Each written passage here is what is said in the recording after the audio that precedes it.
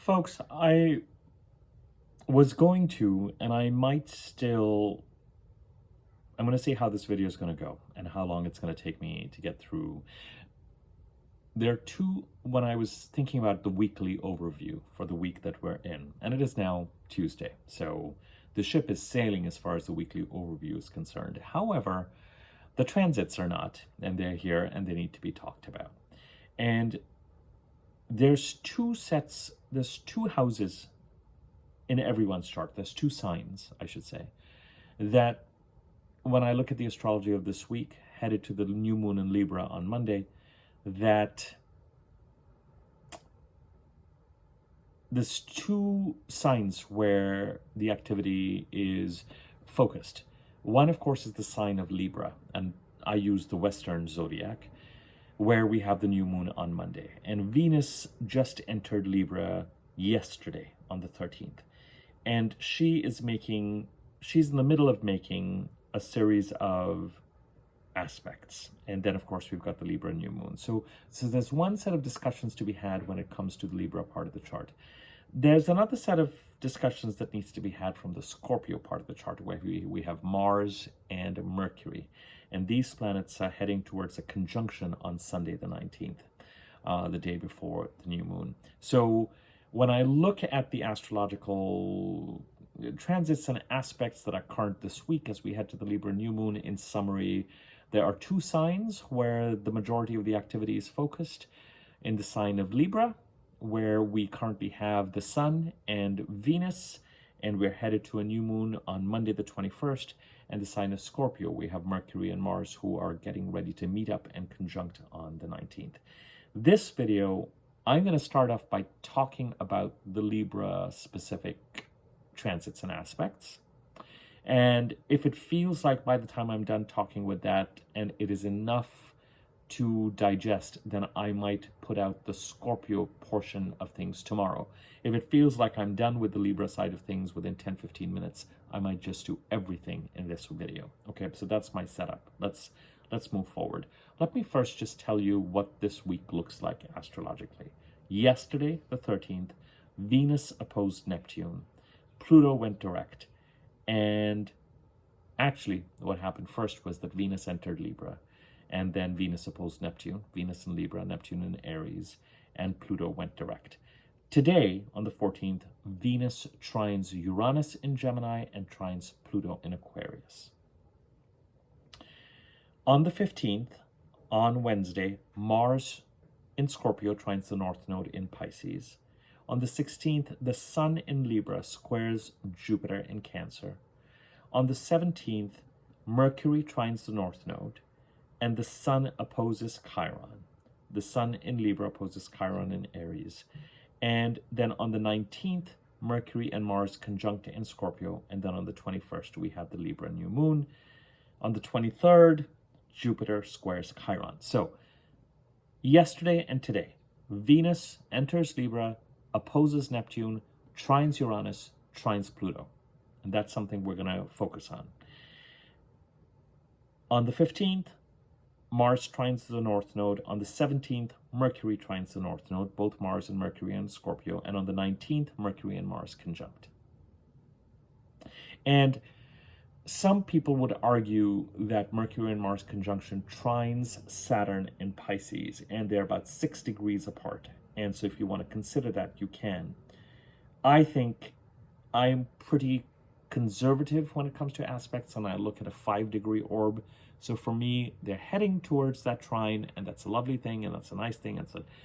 It's a helpful thing, although a trine to Saturn is still encouraging responsibility and accountability and seriously looking at and assessing and taking action related to what's going on. But I want to mention that as well. So Mars and Mercury trining the North Node in Pisces, conjuncting, and some might argue also trining Saturn in Pisces.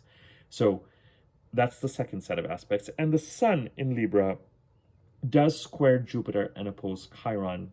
And then by the time we get to the 23rd, Jupiter himself squares Chiron. So we've also got this square between the Sun, Chiron, and Jupiter that's currently active. On the 21st, we have the Libra new moon. All right, let's talk about the Libra specific aspects. And when I do videos like this, I will sometimes get a comment that says, oh, this video is just a litany or a list of aspects and nothing really is being said and everything is all over the place. And I feel very clear that I'm comfortable and confident about the content that I'm putting out, and that at least to the best of my ability and experience at present, I know why I'm putting it out there. It may not resonate with everybody. I know I had some of this with the Aries full moon video that I did, but I am very clear that a full moon has to be viewed in the context of the opposite house where the personal planets are making their transits. Now, I could say something very generic about an Aries full moon and say that it's a full moon of self-assertion or something along those lines, and that might satisfy more people. But number one, the other astrologers who will give you that information, and more power to them. Everyone should practice based on whatever it is that their experience tells them and what is relevant to them. And number two, every full moon is a full moon of self-expression in some ways. I think in Western astrology, we have started to, and I'm talking about the mundane, contemporary Western astrology that's really been gathering momentum since the 1950s, kind of. We place much more emphasis on the signs in a way that I don't think, it's the houses that are impacted that are more important than the signs. And I'm actually going to be bold enough to just leave it at that and not get into, because already this video is going to go in a completely different direction. And what I just said, I could expand on for another 10-15 minutes to kind of support my thesis. But the bottom line is, if you know your chart, the first question to ask is, what is the house that is occupied by the sign of Libra? I use the whole sign house system, so there's a whole house that is occupied by the sign of Libra. Using the whole sign house system, by the way, is consistent with the way Jyotish is practiced. It's just that Jyotish or Vedic or Hindu astrology or Indian astrology, if you want to call it, whatever word you want to use, uses a sidereal zodiac, whereas I use the Western zodiac. And again, I'm not going to go into that. If that makes sense to some folks, wonderful. If it doesn't make sense to you, it's a technicality. Let's get to the heart of the meat of the reading. Which house in your chart is occupied by the sign of Libra? Venus is the last of the personal planets to enter Libra yesterday. Now, I am going to do the notorious litany of transits because I think it's important. Mars was the first of the personal planets to enter Libra on August the 6th. From August the 6th to September the 22nd, Mars went through Libra. Now, I am very clear that during that time in the house occupied by Libra, I experienced more tension, conflict, competition, but I also had the strength.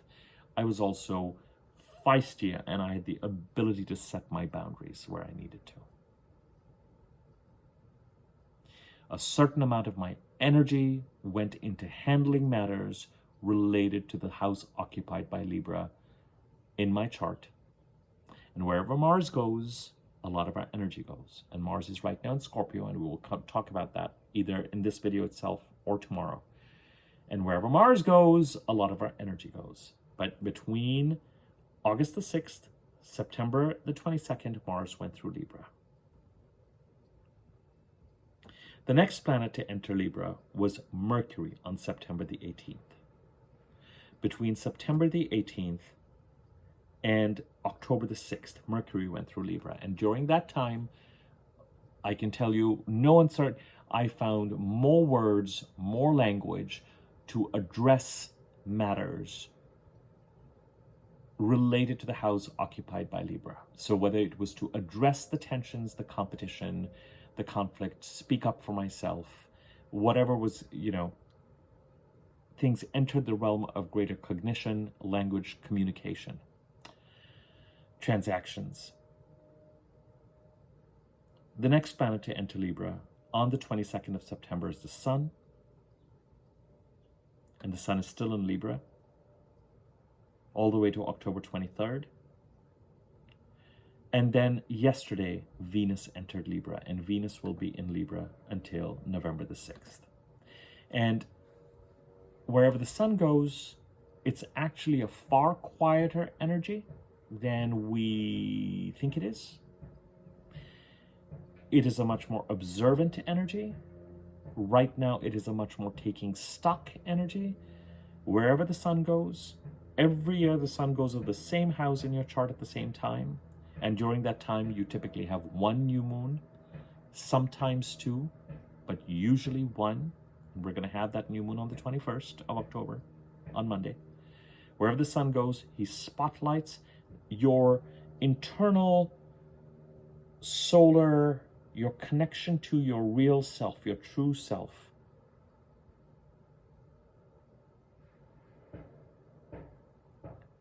That self that travels with you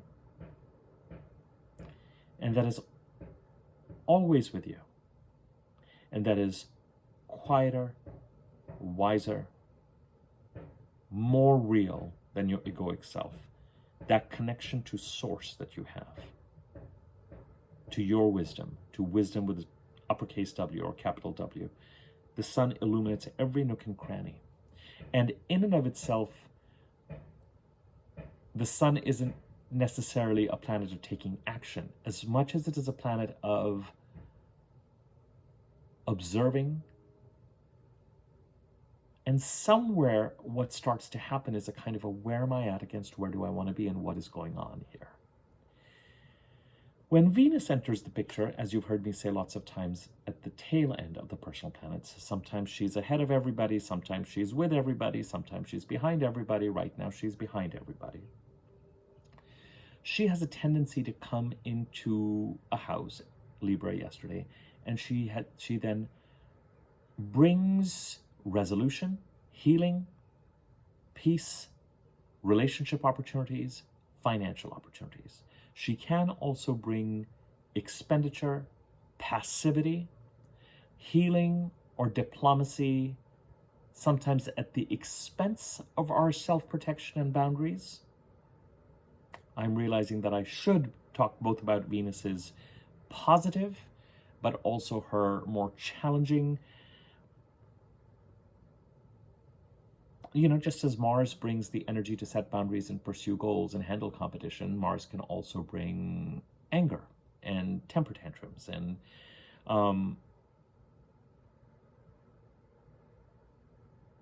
Venus can bring creative opportunities, relationship opportunities, as I said, financial opportunities. Generally speaking, I find Venus a helpful transit wherever she is. And then on November the 21st, you have the new moon in Libra. The new moons now are happening at the end of the personal planets' transits through a particular sign. So the way this is working is, now, 2 weeks ago, actually not 2 weeks ago, about 10 days ago, I think we had, about 10 days ago, we also had the full moon in Aries, which is the full moon related to the Libra part of the chart. So about 10 days ago, something may have come up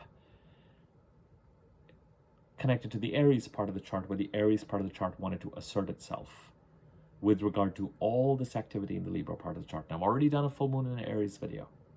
And if you want to understand the full moon in Aries 10 days ago, I'm going to put my money on understanding the full moon in Aries from the context of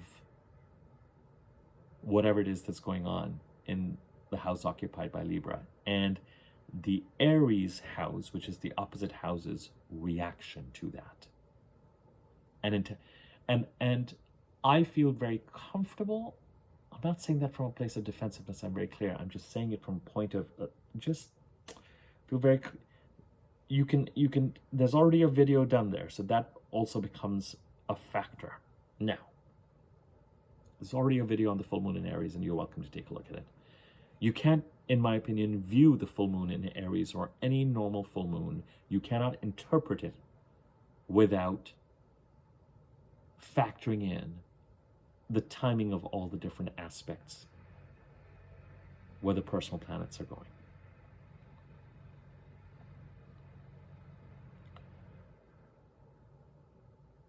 The new moon in Libra opens up a 4-week window or a month of Libra all the way to November the 19th, where based on all these transits,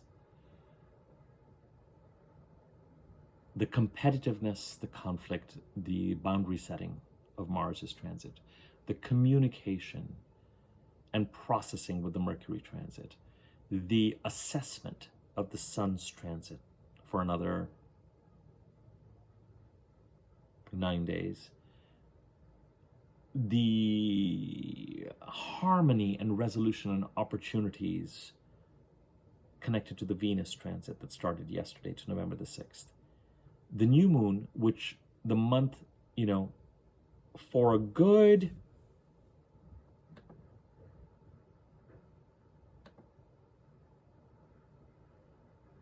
2 weeks after the new moon, you're going to have Venus still in Libra. When the new moon occurs, the universe can bring you opportunities, subtle but unmistakable, and doesn't have to be in the plural. It can be one or two.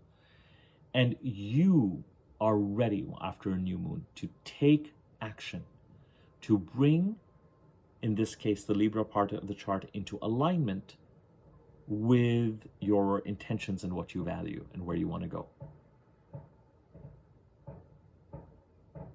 So in a certain sense, there could be question marks around what is really going on in the Libra part of the chart and what does it mean? What does all of this mean since August the 6th? And really what I want to say is a lot of that clarity will come after the new moon.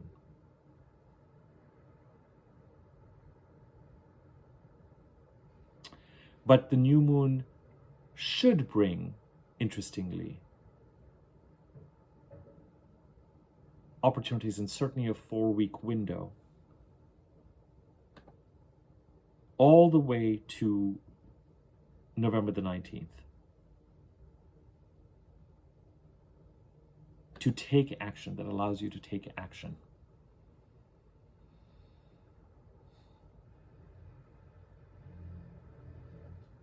To bring the Libra part of the chart into alignment, the house occupied by Libra into alignment with what you value.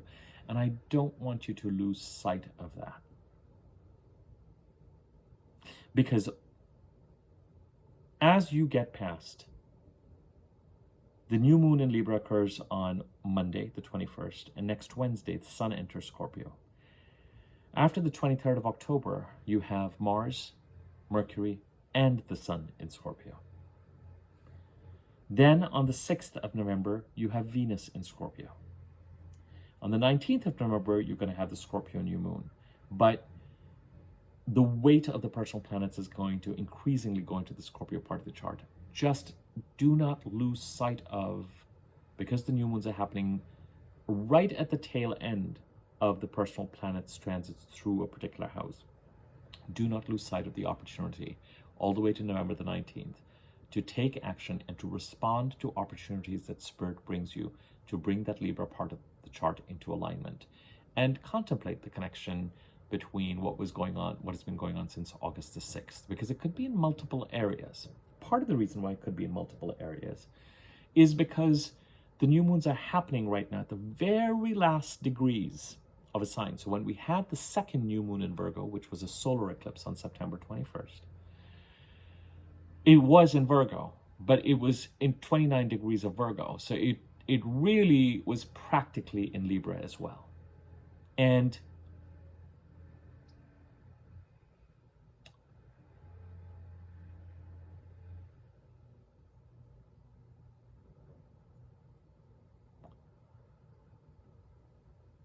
when the personal planets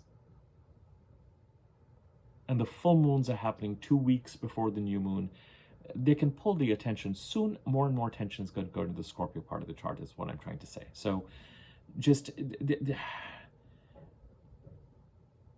there can be in the Libra chart, just like in the Virgo chart, something that is in the process of being released and something that is in the process of being created. And that message is very consistent with the new moon solar eclipse in Virgo that we had on September the 21st. That was a new moon solar eclipse, and I've done a video on the new moon solar eclipse in Virgo. I'll place a link to both the full moon and the new moon solar eclipse in Virgo. And if you want to expand on what it is that I'm saying in this video, you can take a look there. I can already tell, we're 20 minutes into this, I'm only going to focus on the Libra part of the chart in this video. Because I want those of you who know your chart to just have this as a reference for this week. Because it's not just about the aspects for this week. This video is also setting you up for this. There's going to be a separate new moon in Libra video. But this video is also setting you up for that new moon roughly a week from today. So I want you to have this standalone video that is just talking about Venus entering Libra, and we haven't even gotten to the aspects that she's making, and we will, and heading to the new moon, and the sun from here squaring Jupiter and opposing Chiron. So we'll just keep this video focused on the Libra part of the chart. And tomorrow I'll do the Mercury and Mars in Scorpio part of the chart, trining the North Node, conjuncting in Scorpio and moving towards trining Saturn next week. The new moon solar eclipse in Virgo was a South Node solar eclipse. So on the one hand, the new moon solar eclipse in Virgo on the 21st started a 6-month cycle all the way to March the 3rd, when we have the corresponding full moon lunar eclipse in Virgo, of making significant progress towards releasing what is outmoded, what may currently be a source of security, but I would imagine with diminishing returns at this point. So on the one hand, your focus should be on creating the new in the Virgo part of the chart, and has been, but also releasing the old. And I would just say to anybody, what happens when the energy becomes so diffuse, and 2 weeks after a new moon, you have a full moon connected to the next new moon, and the planets have already started to move into Libra at that point in time, it can be hard to keep your focus on the primary. Remember that at any given time, one of the most important things to ask is, what month are you in? And until you have a new moon in Libra, you're still in the month of Virgo. A new moon in Virgo on September the 21st opened up a 4-week period, a month, the word month being derived from moon, to bring matters related to the Virgo part of the chart into alignment with what you value. Because it was a South Node solar eclipse, there's an element of releasing something, and that process may take you till March the 3rd and even till February of 27, when we have the final full moon lunar eclipse in Virgo. But also, as with all new moons, creating the new. And similarly, with Mars's transit through Libra from August the 6th, and these other transits that have occurred since then with Mercury, but especially the Sun, and now with Venus, there may be a similar element as we head to the new moon in Libra on the 21st, where we are, with less intensity, but there may be a contemplation of releasing something in the Libra part of the chart while also creating something new. Certainly the emphasis should be after the 21st, with Venus, the ruler of Libra, in her own sign. There should be an emphasis after the 21st of bringing the Libra part of the chart into alignment with what you value at the end of all these aspects and transits. Part of the reason why I've shared all this, and I've also given you a sense of how they impacted me, and the fact that I can see this correlation. And these are the correlations that are actually helpful for me to interpret the full moons and new moons, and actually fill me with a sense of wonder that astrology actually works. I want to pass those on to you, so that those of you who actually know your charts and know the houses of your charts and where the signs sit, so which houses these are being impacted, you can think of those dates and think about what is going on here. Is there also a connection, even though these transits are happening in Libra, to the Virgo part of the chart? Sometimes consecutive houses are connected, and especially when the new moons are happening at the very end. It is a new moon in Virgo on the 21st, but it's also practically ushering new moon energy in Libra. You have a new moon in Libra on the 21st of October, but it's at 28 degrees of Libra, so we're pushing into Scorpio. On the 19th of November, you're going to have a new moon in Scorpio at 28 degrees of Scorpio, but starting to push into Sagittarius. By the time you get to the new moon in Sagittarius, again, it's at 28 degrees. So right now these new moons are acting like a bit of a bridge between consecutive houses. Now, here's the reason why I've spent all this time saying this. And here's the reason why I've spent all this time taking us back to the new moon solar eclipse in Virgo on the 21st of September. That new moon, my dear, dear colleagues, patrons, subscribers, anybody watching this video, my dear darlings, that new moon on the 21st opposed Neptune, trined Uranus, trined Pluto. The sun at the time of that new moon in Virgo, at the very last degrees of Virgo and entering Libra, the opposition to Saturn had already occurred by the time we got to the new moon solar eclipse in Virgo. Just as Venus has already opposed Saturn on the 11th of October, and my videos last week talked to that.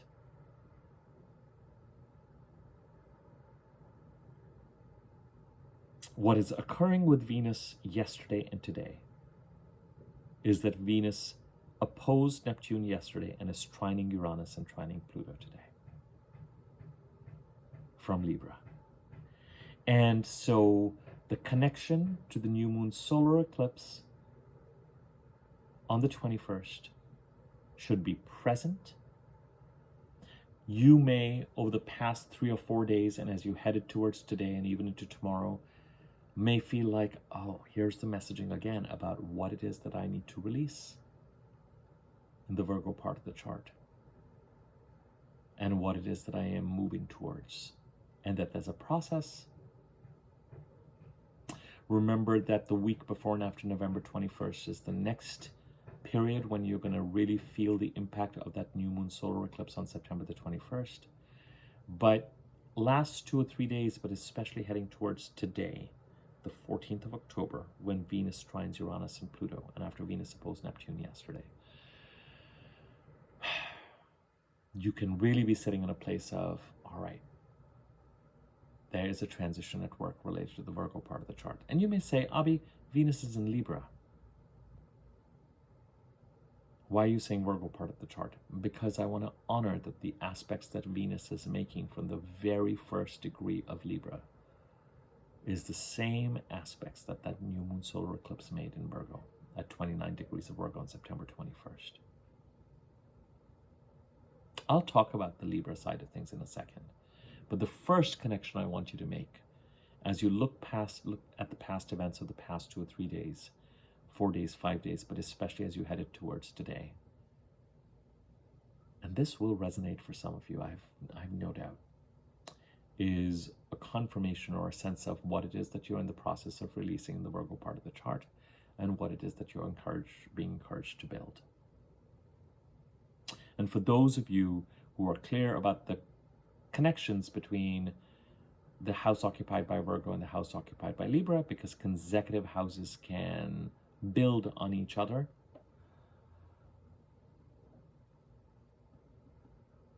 then know that somewhere that might be in the mix as well. As I've said, when you look at the new moon in Libra on the 21st, with everything that has gone on in the Libra part of the chart, with Mars, then Mercury, then the Sun, then the full moon in Aries, then Venus entering Libra yesterday, there could be an element of releasing something old in the Libra part of the chart and building something new. And it could all be somewhat connected and supporting the new moon solar eclipse in Virgo on the 21st. I understand that my interpretations may not be to everyone's taste, but I feel I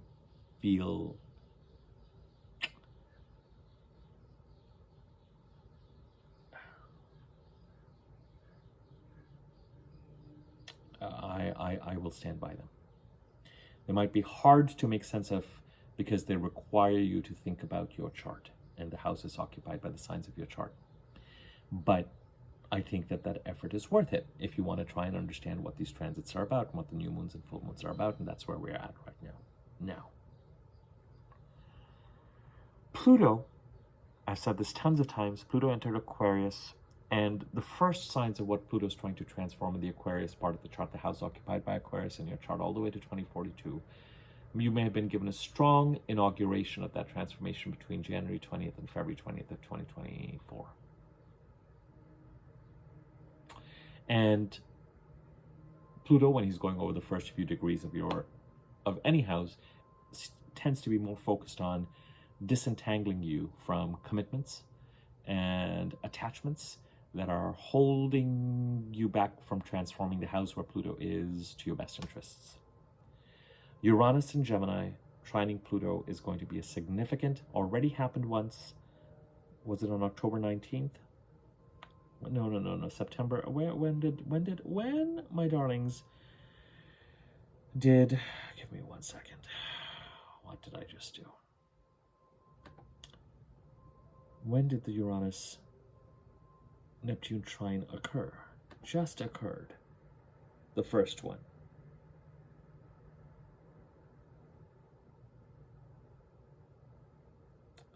On the 19th of September. I'm not crazy. Not October. 19th of September.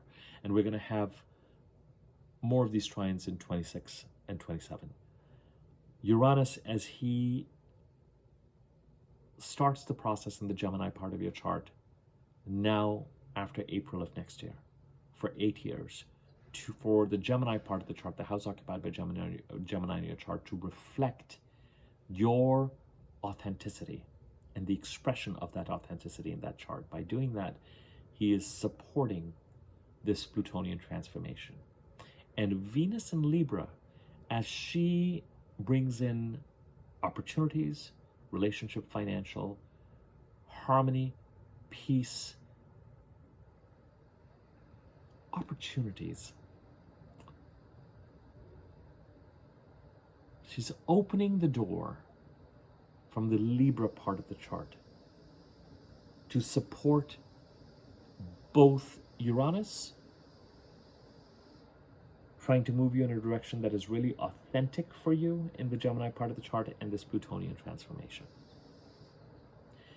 The Plutonian transformation is going to take till 2042. Every aspect, whether it is a square or a trine to Pluto, is just going to keep trying to push us in the right direction related to transforming the Aquarius part of the chart and the transformation that Pluto wants. And right now, during 25, during 26, during 27, a lot of the focus, as I said, might be on either introducing opportunities or parties or creating a certain amount of tension that is going to make us disentangle ourselves from anything that we're attached to, or any person or entity that is attached to us and is trying to hold us in place in a way that Pluto does not think is in our best interests.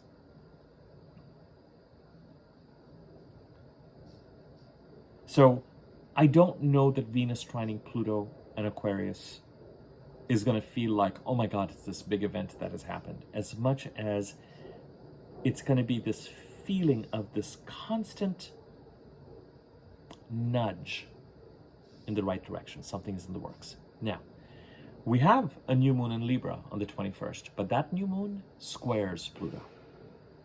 It's an edgy new moon from the Libra part of the chart. It's an edgy new moon.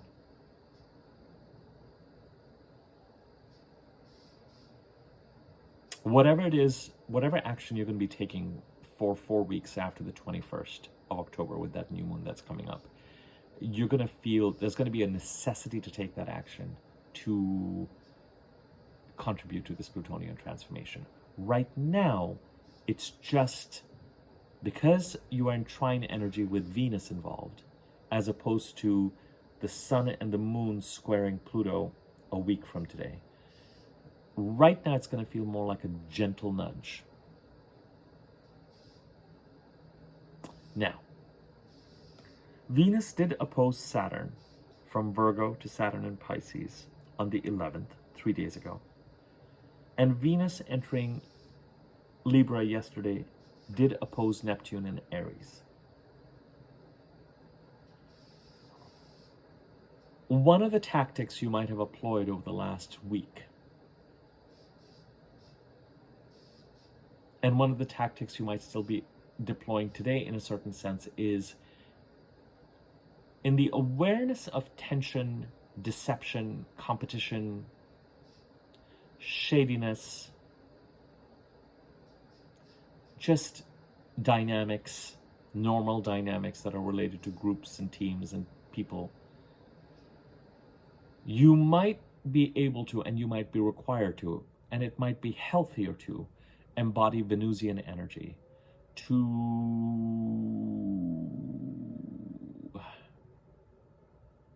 act accountably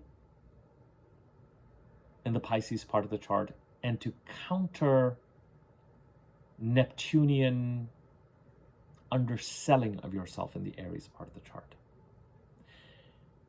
If that feels very dense, it might be that it has been in your best interest of the way that you have acted in the face of needing to act responsibly and accountably in the Pisces and Aries part of the chart, that you have taken a Venusian approach.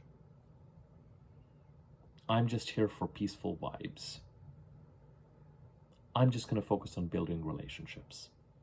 Doesn't mean that I'm not aware of tension, doesn't mean that I'm not aware of a certain amount of deception, doesn't mean that I'm not aware of accountability, doesn't mean that I'm not aware that I have to set boundaries.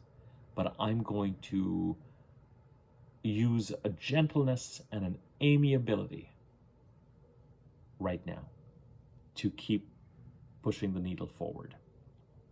What you need to be careful of and aware of, and I think that if this energy has expressed itself healthily, then you may be carrying an awareness, however, of the fact that if that Venusian energy goes too far, it can get taken advantage of, and there can actually be a theft.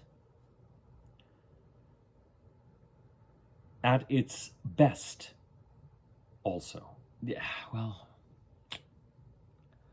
the other thing that Venus opposing Saturn, at least, could have been leading to till October the 11th is an awareness of bills needing to be paid, finances needing to be channeled and harnessed and managed in a way that supported the accountability that Saturn is requiring in the Pisces part of the chart. And I talked about that last week's weekly overview. You can look at those videos, the videos that I posted last week. And with Venus opposing Neptune, in the Aries part of the chart, Neptune is now by himself. Saturn is not with Neptune right now.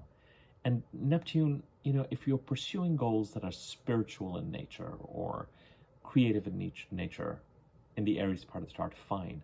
But the thing with Neptune you have to watch for is Neptune's tendency to make us get involved in things that are not quite fulfilling our fullest potential, that tend to make us move in a direction where we could be underselling ourselves. And the full moon in Aries on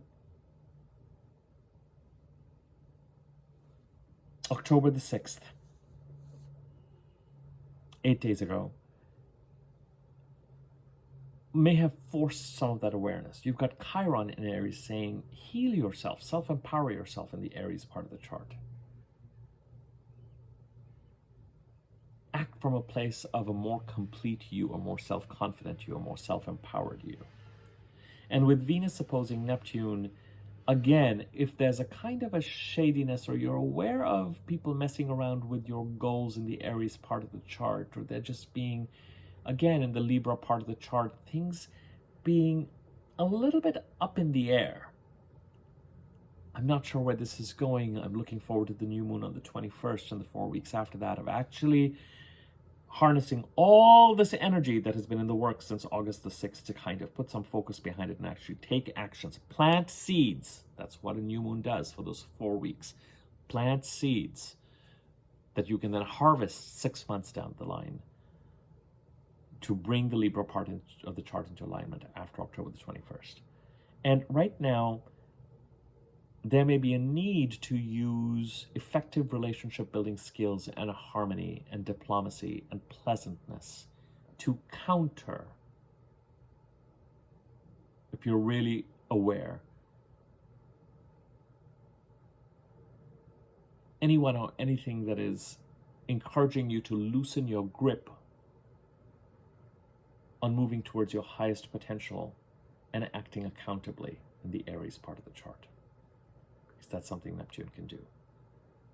Just need to be careful that your niceness does not lead to such a lowering of your boundaries that you get taken advantage of. But it does feel like right now the right strategy, as you're playing chess with either your own energy or others' energy, is to tap into that Venusian sense, at least over the last 4 or 5 days through today, and just use a certain amount of cordiality. Once you get the new moon on the 21st, and as you head towards the Mercury-Mars conjunction, as this week continues to progress and Mercury and Mars become the more active planets as opposed to Venus,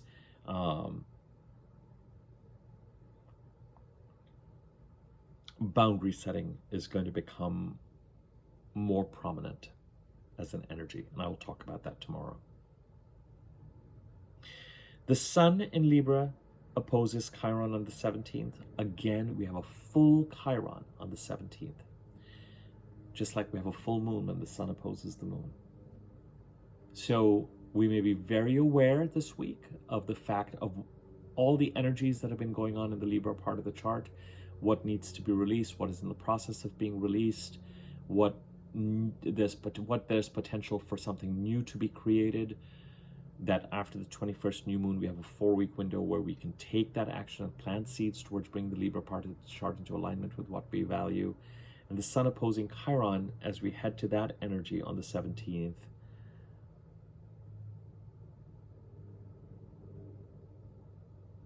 it again brings up this energy that takes us back to the full moon on October the 6th from the Aries part of the chart, where what is it that is going on in the Libra part of the chart that needs to support Chiron asking us to be more healed and act from a more healed and empowered place in the Aries part of the chart.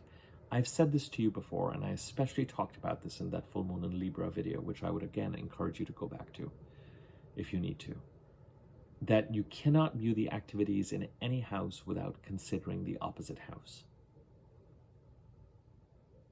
because they're sort of a yin and a yang thing in the same circle. And when you have a full planet in the opposite house and the Sun opposing it, that planet really wants to be honored and is felt intensely, just like a full moon is felt intensely. The full light of the Sun is on the moon. The full light of the Sun is on Chiron. And that becomes exact on the 17th. And this idea of coming from a more healed place, greater integrity, greater self-empowerment in the Aries part of the chart, and what that connection, that communication has to do with the Sun's awareness in the Libra part of the chart, is yet another milestone as we head to that new moon on October 21st. Also, both the Sun and Chiron square Jupiter in Cancer. Jupiter is ending a 12-13-year cycle, starting a 12-13-year cycle in the Cancer part of the chart. Jupiter is practically stationary, getting ready to retrograde in about a month's time. Out of all the transits I'm going to talk about today and tomorrow, the square to Jupiter is the one that in some ways I'm least feels like introducing that conversation into everything that's going on. Folks, you and I have had weekly overviews where we're talking about 1, maybe 2 transits or aspects in a week. This week we have 1, 2, 3, 4, 5, 6, 7, 8, 9, 10. And then with the Libra new moon on Monday, 11. And with Jupiter squaring Chiron on the 23rd, 12 aspects to talk about. Last week, we had 4.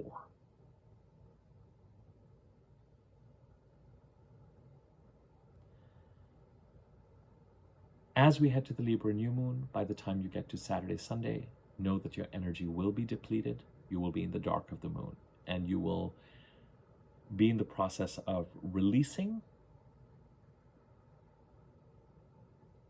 the last 4 weeks at that point in time. And just before the sun enters Libra, when the sun is going over Virgo, that's, I think, going to be more Thursday, Friday, Saturday, at least specific time, you are going to be experiencing a certain closure to the 2 Virgo new moons that we had August 22nd, September 21st. The September 21st eclipse has an arc all the way to March the 3rd of next year. But so we are heading more and more to the dark of the moon. Our energy is going to become more and more depleted, and expect Saturday and Sunday to feel kind of flat, exhausted, depressed, even hopeless, even. And then the new moon occurs and the wind comes behind our sails again. There's a season for everything. The sun and Chiron squaring Jupiter,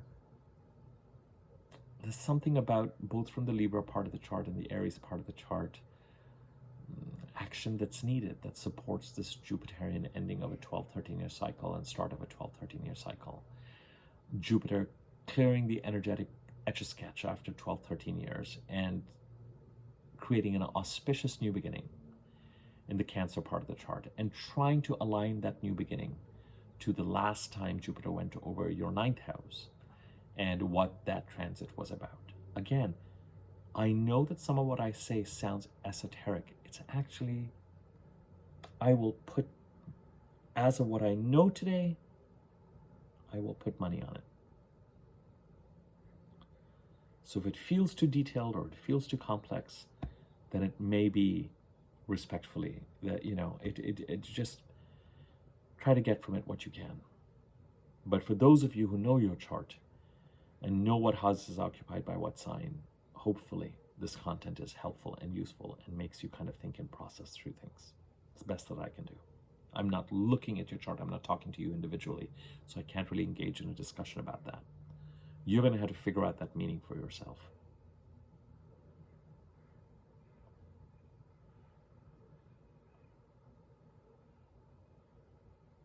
But some of this solar energy and evaluation in the Libra part of the chart, the healing that is, and this need for self-empowerment and greater integrity with yourself and acting from that place in the Aries part of the chart, some of that energy is also needed in order to help Jupiter create the appropriate endings and new beginnings in the Cancer part of the chart. Wow. Did I really think I would get through all this in 15-20 minutes and go into the Scorpio part of the chart? I'm not saying any more, my dears. I'm not saying any more.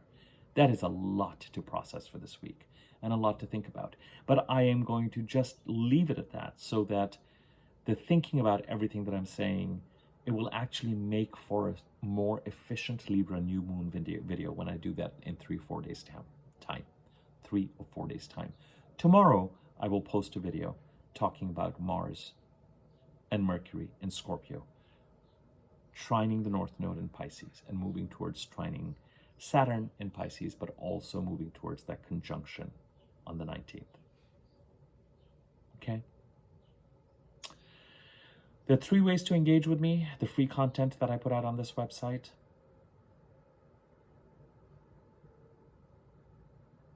The membership part of the channel for $6.99 a month, where I post rising sign specific videos. The next rising sign specific video that I'm going to be posting is the Taurus video, Taurus rising video, and that my plan is to post that tomorrow. The last one I posted was for Leo rising.